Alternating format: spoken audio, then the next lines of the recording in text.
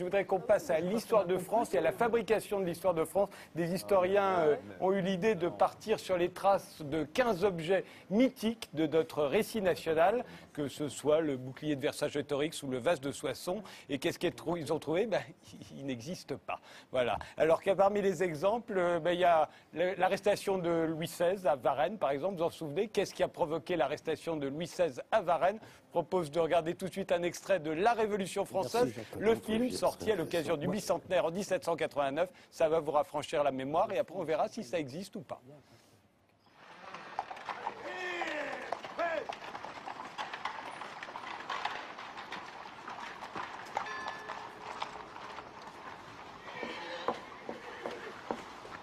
Regarde, on donne un louis d'or. Un louis? Qui c'était? Baronne russe qui voyage avec ses enfants, ses domestiques. Il voulait quoi? La route de Varennes. Un louis pour une route? Il est fou. Christophe Granger avec Victoria Vanneau, vous avez écrit « Le vase de Soissons n'existe pas » et autres vérités cruelles sur l'histoire de France. Parmi tous ces objets mythiques de l'histoire de France, il y a ce louis, cette pièce de monnaie grâce à laquelle le citoyen Drouet a reconnu le roi de France cette nuit-là, enfin la nuit qui va suivre cette journée-là à Varennes. Est-ce que véritablement c'est comme ça qu'on a reconnu Louis XVI à Varennes? Évidemment non. Je tiens juste à dire pour commencer, c'est un de mes préférés celui-ci. Par rapport aux 15 objets qu'on a Vous êtes très choisis. attaché, vous voulez dire à ce... Je trouve qu'il est assez emblématique de ce qu'on a voulu montrer, à savoir cette fabrique. C'est-à-dire que la façon dont les objets cristallisent des envies de croire à ce point-là. Et simplement, ça permet de donner du sens. C'est ça l'histoire. Quand on fabrique de l'histoire, on donne du sens. Exactement. Alors au départ, vous racontez dans votre livre que dans la légende, puisque c'est une légende, il a bien été arrêté à Varennes, hein, mais on n'avait pas dit qu'on l'avait... La question, c'est comment l'a-t-on reconnu? Alors la première version, c'était quoi? La première version de Drouet lui-même, hein, c'est...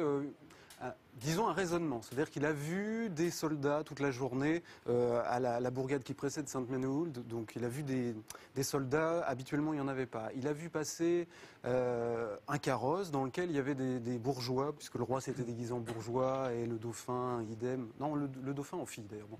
Et donc on parlait avec beaucoup de déférence à ces bourgeois, on parlait bas, on faisait attention à ce qu'on se disait, des choses inhabituelles. Et ce qu'il raconte lui, c'est que la première version, toute première version, c'est ça qui lui aurait mis la puce à l'oreille. Et donc il va à la municipalité, on grimpe sur un cheval et on va l'arrêter. Et puis assez vite, l'arrestation est connue, à Paris notamment, et cette histoire-là, elle tient pas debout. C'est-à-dire qu'assez vite, ça suffit pas à cristalliser cet événement considérable qui est l'arrestation, d'abord la fuite du roi et ensuite son arrestation par un révolutionnaire. Voilà. Et alors, lui-même, Drouet, devant l'Assemblée assez rapidement, troque ce tissu de raisonnement, disons, pour un assignat. C'est-à-dire qu'il explique qu'il avait eu le matin le remboursement d'une dette sous forme d'assignat. C'était le billet de la Révolution. Donc, tous les symboles sont cristallisés. On le voit sur cette gravure. Hein. Là, c'est la version de l'assignat. C'est sur l'assignat qu'il y avait la tête de Louis XVI. Et voilà. Ce qu'il explique, lui, c'est qu'il y a la tête de Louis XVI, et donc, comme il ne connaissait pas les assignats, il a passé beaucoup de temps à les examiner dans la matinée, et là, il a le roi en face, et ça y est, on l'arrête. Bon, ça prend pas entièrement, c'est-à-dire que d'autres légendes, on se met à raconter l'arrestation du roi sur tout un tas de modes, notamment le pot de chambre, il l'aurait reconnu à la base d'un pot de chambre. Et ce qui va finalement cristalliser véritablement l'histoire, moi en tout cas c'est comme ça qu'on me l'a appris à l'école, c'est le sou. Voilà, c'est le fameux sou. Alors c'est le symbole de quoi? Puisqu'on l'invente, ce sou, que Drouet n'a jamais regardé pour reconnaître Louis XVI, quelle est la signification? Et qu'il ne pouvait pas, parce que c'est un Louis XVI jeune, et bon, ça il avait 20 ans, celui qu'on voit là, il a été gravé 20 ans après. Voilà, ça fonctionne pas.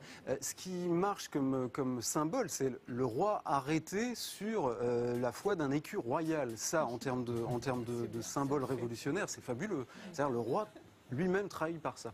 Et puis, ce qui va se greffer assez rapidement en termes d'explication, c'est-à-dire le symbole, on le prend notamment parmi les révolutionnaires, parce qu'il ne faut pas oublier que l'événement est considérable, ouvre une brèche dans ce que devient la Révolution française. Ce qu'on greffe dessus, ça a été... qu'est-ce que ça signifie en termes de... Est-ce que c'est un hasard? Alors, le sou montre... Évidemment, pour les révolutionnaires, qu'il n'y a aucun hasard dans l'arrestation du roi. C'est pas le fait de quelqu'un qui passait par là, c'est un révolutionnaire qui, sur la foi de la Providence, Donc ça veut dire que la Providence est révolutionnaire. Et la Providence est révolutionnaire. Et les révolutionnaires, on l'a oublié, mais passent beaucoup de temps paradoxalement, puisqu'ils naissent d'un événement fortuit, et bon, qu'on peut expliquer, mais d'un événement, passent beaucoup de temps à conjurer le hasard, c'est-à-dire à essayer de mettre de la raison derrière le hasard. Bon. Là ça va marcher. On va prendre d'autres exemples qui sont dans votre livre. Alors forcément, commençons par le bouclier de Vercingétorix. On s'en souvient, on va le voir tout de suite. Il a orné énormément de peintures, de gravures. Vercingétorix sort d'Alésia assiégé, se rend à César. Il est sur son blanc destrier et il jette ses armes et son bouclier. Alors là, c'est une pure invention. Tout ce que l'on sait, c'est ce qu'a dit César dans la guerre des Gaules, c'est-à-dire rien. C'est-à-dire pas grand-chose. Voilà. César est pris. Il ne parle même pas de Vercingétorix sortant il dit rien. Donc pourquoi est-ce qu'on a inventé ce bouclier qui va devenir le bouclier Arverne dans les aventures d'Astérix? L'une des choses qu'il faut avoir en tête, c'est ça, c'est le 19e siècle qu'il invente. Et il invente Vercingétorix, il invente les Gaulois comme nos ancêtres. Et la scène d'Alésia, et notamment ce bouclier jeté, deviennent les symboles de nos ancêtres, c'est-à-dire les ancêtres qu'on rajoute. Jusque-là, on faisait commencer l'histoire de France au franc, mais ils ne sont pas très présentables au moment de la Révolution. Ils sont germains, c'est pas la bonne tradition. Ils sont et on essaie de les faire commencer aux Gaulois. Et Vercingétorix a ce site fabuleux sur la scène d'Alésia, c'est que oui, Alésia, c'est une défaite, mais si on réfléchit bien, ce guerrier qui sort de la ville assiégée, qui fait le tour de César à cheval et ainsi de suite, c'est quasiment une victoire, ça. Et il jette ses armes dans un geste superbe que les enfants de la Troisième République apprendront par cœur sur des vignettes. Et ce que fait le 19e siècle, c'est d'inventer les Gaulois comme nos ancêtres et d'inventer Vercingétorix comme finalement le premier fédérateur de cette nation. Le roi d'une nation, en fait. C'est ce qu'on sous-entend dans les manuels scolaires de la Troisième République. C'est-à-dire qu'on a la réponse assez vite. Le bouclier était très important pour les Gaulois. Ça, les historiens du 19e siècle le disent, l'expliquent en long et en large. C'est le symbole de la bravoure. Hein. C'est le symbole de la bravoure, mais plus que ça. C'est-à-dire qu'un Gaulois sans son bouclier est rien du tout. Donc ça fonctionne bien de ce point de vue-là, mais ça fonctionne aussi très bien dans les manuels de la Troisième République, parce que à quelques leçons de là, on a Clovis, qui est fait roi sur le pavois, c'est-à-dire on prend un bouclier, on le met dessus et ainsi de suite. Et la symbolique du bouclier est absolument parfaite.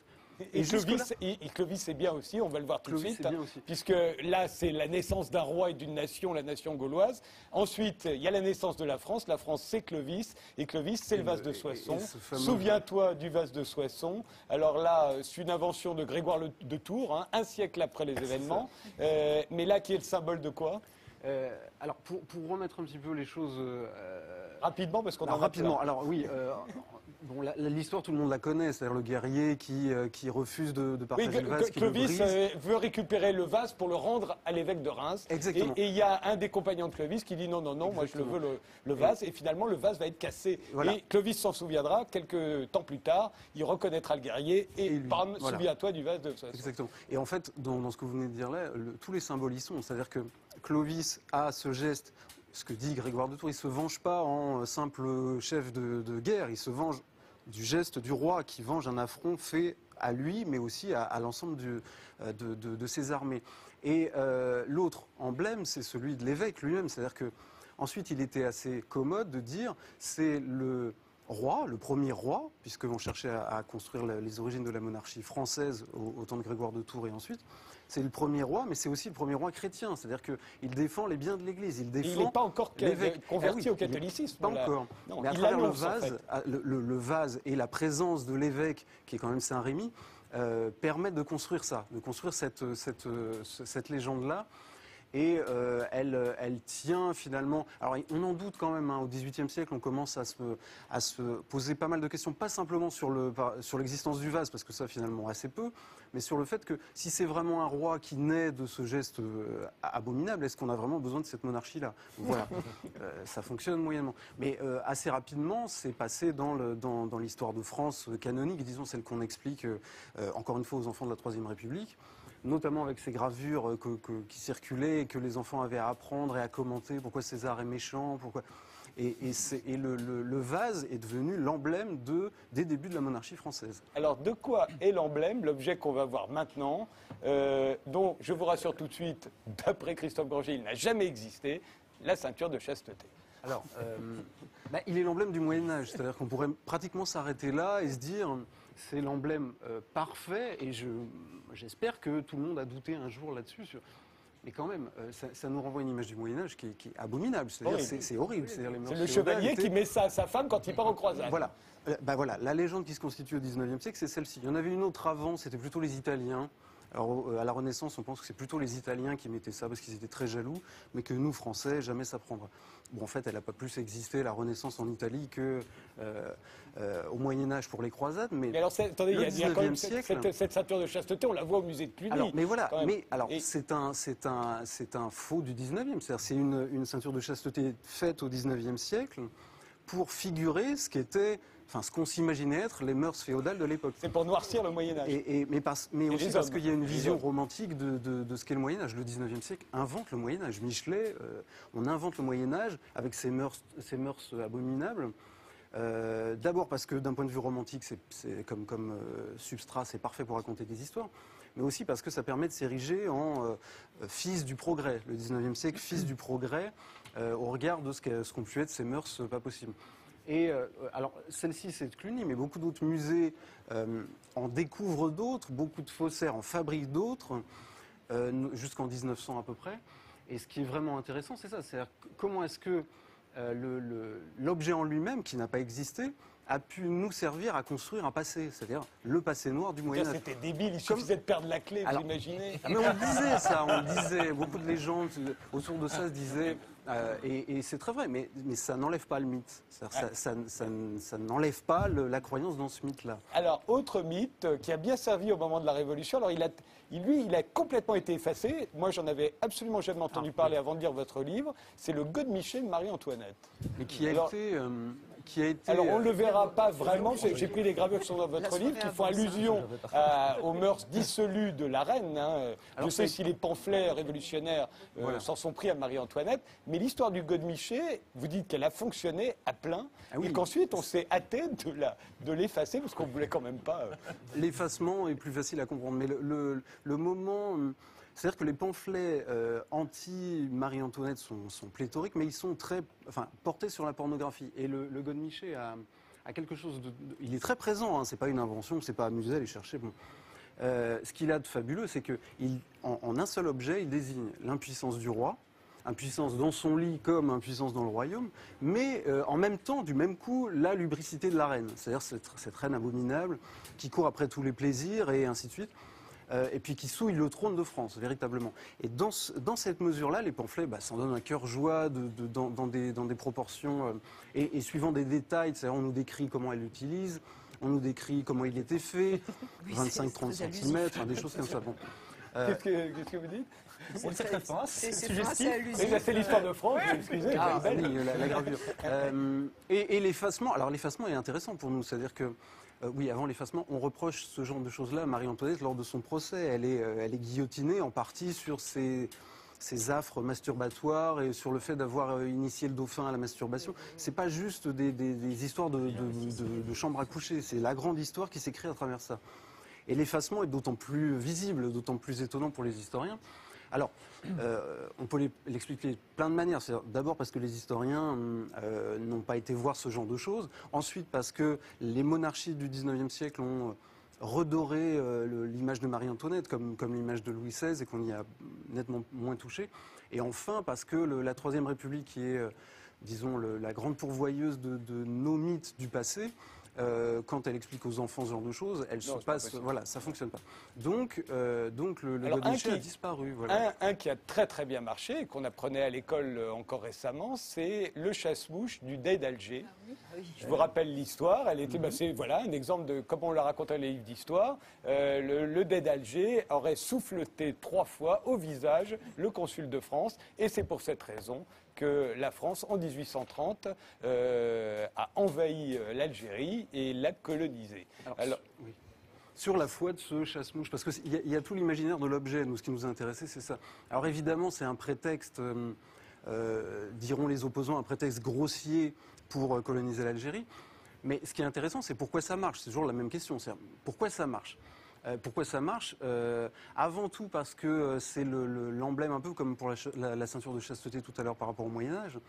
c'est l'emblème de ces mœurs barbares, notamment du dé d'Alger qu'on accuse de tous les maux. Les barbaresques. Oui, les barbaresques, exactement. Et c'est une des Angélique raisons... et le sultan. Exactement. Et cet imaginaire-là se construit autour de l'objet, mais aussi l'objet cristallise le désir de voir ça. C'est-à-dire que la France va évangéliser un pays, enfin évangéliser, civilisé, en civilisé, mais c'est ce que dira la Troisième République. Au départ, sous Charles X, on l'explique pas comme ça, on explique simplement qu'il y a eu un affront parce que ce sont des barbares et que la France, pays civilisé, ne peut pas tolérer ça.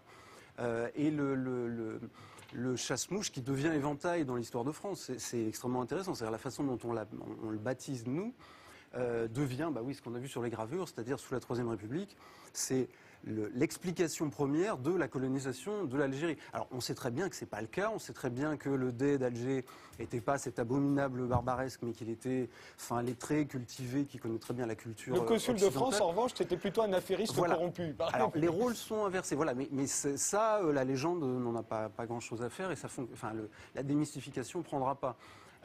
Et la Troisième République hérite de cet objet, enfin hérite, le grossit encore et en fait un emblème très facile, très commode à retenir. C'est-à-dire pour les enfants, on leur montre les gravures qu'on a vues, on leur demande de l'apprendre par cœur, on leur demande de choisir un camp et d'expliquer que c'était logique pour les Français d'aller venger cet affront derrière ce chasse-mouche, derrière cet éventail. En plus, il y a l'exotisme. Bon. Et moi, ce qui m'a intéressé dans l'histoire, enfin ce qui nous a intéressé dans l'histoire, c'est le moment où ça commence à disparaître.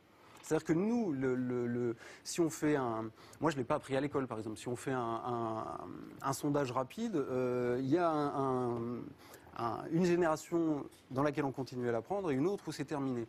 Et ce qui est intéressant pour nous, c'est que le moment où il sort de l'histoire de France telle qu'on l'apprend, telle qu'on la raconte et telle qu'on l'écrit, c'est le moment où l'Algérie le récupère comme le premier emblème de la résistance à l'envahisseur français et l'inscrit dans le récit national algérien. Des commentaires à tous ces objets mythiques de l'histoire de France? C'est quelques vérités cruelles, c'est le sous-titre de votre livre. Ça me plaît beaucoup, cette démarche de sceptique de l'histoire de France. Et c'est aussi de voir comment les historiens fabriquent, c'est ce qu'on disait au départ. Oui. C'est pas déconstruire les objets et dire qu'ils sont vrais ou faux. L'important, c'est comment se construit l'histoire. C'est-à-dire comment est-ce qu'elle est faite de vrai, de faux, que le faux crée du vrai tellement crédible qu'il tient la route 2 millénaires plus loin. Et voilà. C'est-à-dire qu'est-ce que ça nous raconte sur la façon dont on vit et dont on raconte l'histoire de France. C'est très beau parce que comment toute histoire, au fond, est construite nécessairement. Un historien me disait une fois que en histoire, on savait jamais de quoi hier sera fait. C'est en fond, ce qui est le cas dans les sciences du vivant depuis Darwin. Hein, c'est-à-dire qu'on invente et on découvre le passé. Mais ce qui est intéressant aussi, parce que vous y faites allusion, c'est qu'on écrit notre histoire et on écrit l'histoire des autres.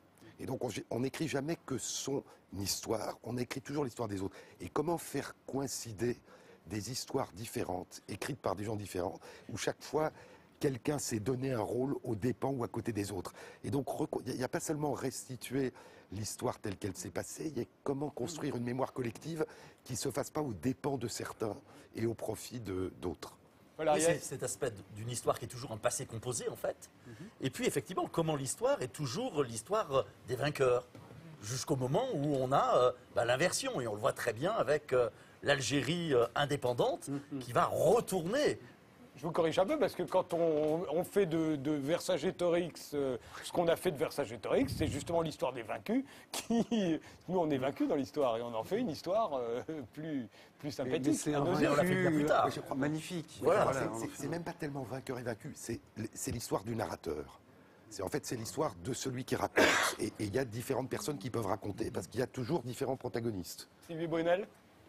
Ce qui est marquant, c'est qu'on a vécu sur cette histoire, sur le roman national, et aujourd'hui, en histoire, on travaille beaucoup sur l'histoire globale, ce qu'on appelle l'histoire globale, c'est-à-dire l'histoire vue par les différents protagonistes, et ce qui apporte des visions totalement différentes quand on écoute l'histoire vue par les Africains, l'histoire vue par les peuples sud-américains, l'histoire vue par les Indiens d'Amérique du Nord, et c'est vrai que ça nous plonge dans une sorte de doute et de remise en question profonde, mais qu'on trouve aussi en géographie, parce que en géographie, vous avez des territoires qui sont présentés comme parfaitement naturels. Et quand vous travaillez sur ces territoires, vous vous rendez compte qu'ils ont été totalement construits par le dessin humain.